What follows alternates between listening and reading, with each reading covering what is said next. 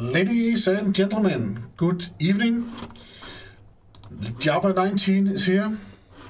There was a cool article in at zdnet.com that there's actually a lot of articles about Java 19, but what I liked with this was actually in the bottom here. There's a cool list about the new features, and as usual, I am very disappointed.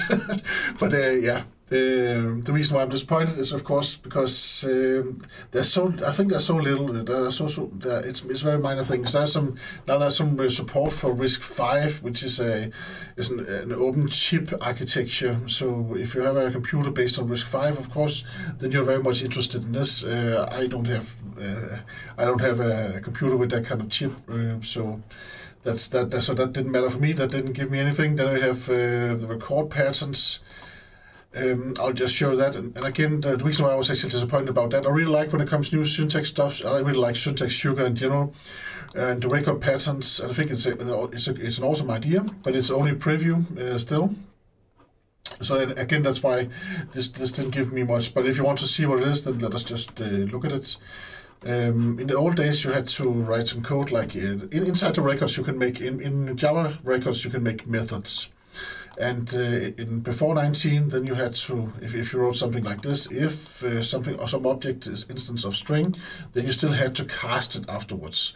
And this new pattern, record patterns, what this means is that you don't need to cast it. So if you already have asked that this object has this type, then you can actually just start using it afterwards. And they have also increased. They've actually also added something like this. I'll just show like with X and Y. Here we have a good example with a point.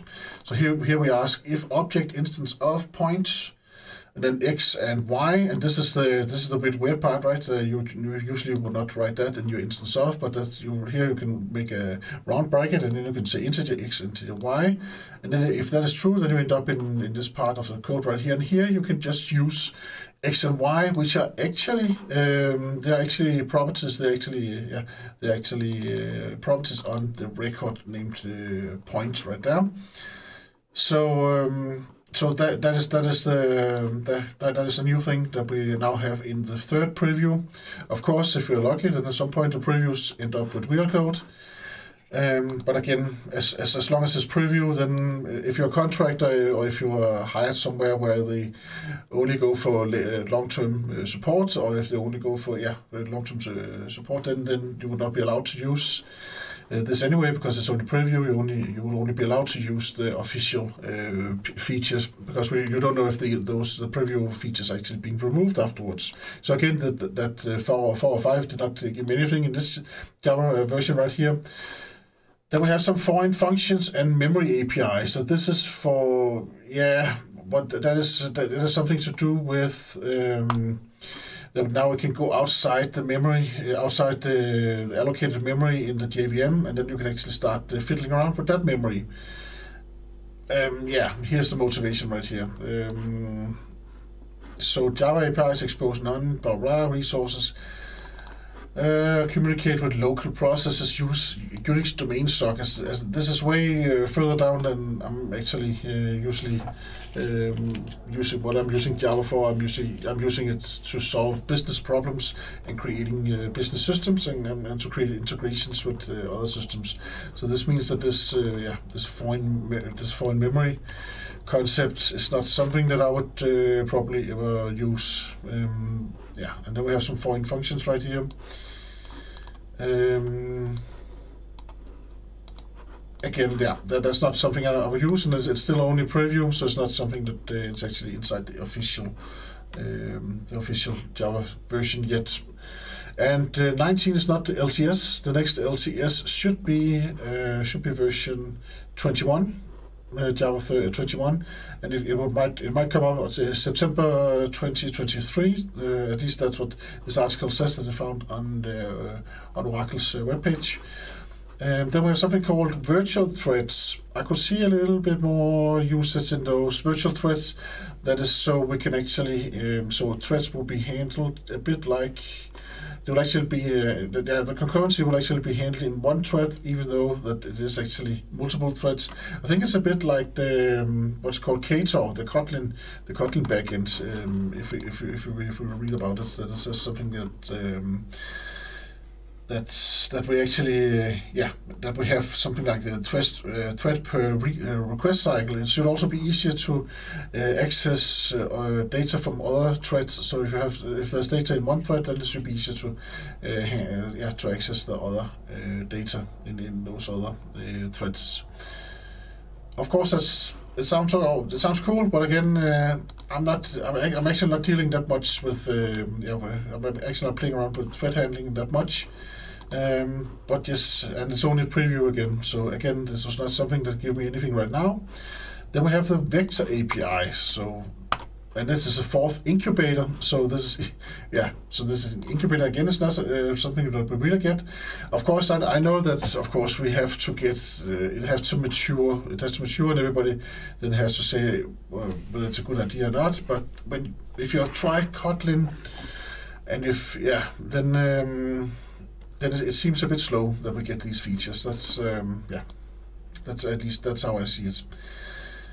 I don't think I'll go too much into that one. Then we have pattern matching for Switch. I don't understand this. This should I think this will soon be a part of the language. I hope so. It's quite smart. It's quite nice to have that one right there. Let us go to the code. So it is. We can actually have switch. We can actually have switch. We can have switch statements like this, like we see right here. Return switch O, so we have some kind of object. Again, it's very neat if you don't know the type of your object, but if you write real clean object-oriented code where you always have the class type defined, then again, you will not see it that much, but it's still nice that it's there, I think. So and it can also be used in other situations. It's not only when you have something with of object O, but here we have here we have an example where we have switch O right here, and then we have case. Case is an integer, then do something right there, right? If it's a long, then do something right there. And again, as you can probably see, then so we only have to write the case right here. We do not have to cast it on the other side right here. So this is the switch pattern matching again. It's not that often that I am dealing with objects. I'm always dealing with some kind of class, a specific class type. So, but it's okay that it's there, I think. But again, it's actually not that. It's just preview still. So I know I'm ungrateful, but I do not see anything really interesting in this version here, right here, except for more preview of the same stuff. That's how I see it. Structure concurrency. I think there was also some bugs or something you fixed. Structure concurrency incubator. Again, this is the incubator right here. Okay, this was actually this is the multi-threaded programming where we where it should be easier to access the code, improve maintainability, promote a style of concurrent programming that can eliminate common risks arising from cancellation and shutdown, such as thread leaks and cancellation delays. Yeah.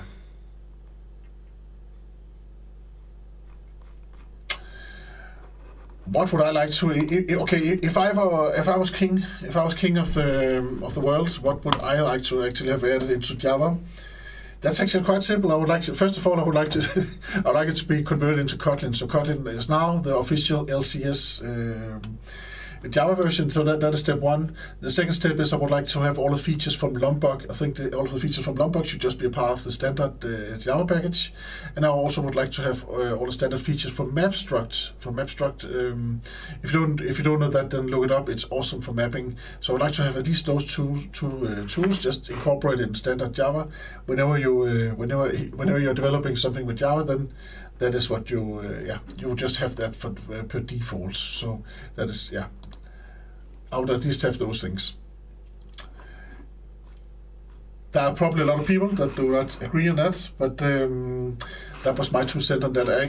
I actually wanted to show you some things with IntelliJ, but it's a bit too far. It's a bit too early. IntelliJ does not support 19 yet. It supports 18, and it also supports the preview features from 18. So the ones that was also in preview in 18, of course you can try those out if you want to. And I've made videos on that earlier. If you look up 18 new features, then you can then you can see how it looks in action. But right now, if you go to IntelliJ, then it is only it supports 18. I actually made this Java 19 demo just to show some of the features, and I could actually have done it if I wanted to. Then I could have just selected 18. You can see right here we are at 18, and then preview. If you choose preview right here, then you get the pattern matching for switch. But that is the second preview, of course. If I should create a demo on 19, of course, then I would like the third preview instead, because that's what comes with the new one right here. It's easy to get 19. Yeah, okay. Now that we're here, it's very easy to get 19. If you're using IntelliJ, then you just press File, New Project. Of course, you can also download it from all the usual places. If you use Linux, then you can use SDKman to download it. Or else if you're creating a new Spring project, then the next Spring to your project, you can just you can see I have the Zulu version of 19. Then you just press download JDK. You can choose JDK 19 right there, and then you can choose which distribution you want to. I am always avoiding Oracle a bit, because there was something with licensing at some point. You were a bit strict with the licensing, that if you ever create a program with Oracle's JDK, then the Oracle would kind of own the code or something. There's some weird licensing at some point, and I might be wrong. And that was just how it was at some point. So I actually always avoid Oracle. I always take Zulu, or one of the other ones. But Zulu is the usual one. They're the one that I usually use. Then you just press download, and then you can choose it. Then you can choose it right there in the list. And this is then you can also choose 19 right here. Spring supports 19, so there's Java compliance with 19 right here in Spring. There's no problem in that. And then just press next, and then you can create your project as usual. And right now the current Spring version is 2.7.4, and that's actually what I did right here. But since there's no support for 19 directly, then I would not make a demo of that. And this is a record. This is how a record looks like. We have the record declaration right here, and then you can actually just name all of the fields, all of the properties like this, and then you will have access to it. Like I've made another video about records. If you're interested in records, then definitely look that one up. That's actually it. That's actually what I want to show you tonight. Thank you very much for watching. Have a great evening, and thank you very much for the comments. And feel free to complain if I say something that you don't agree with in the comments below. Bye bye. Hope to see you again soon. Bye bye.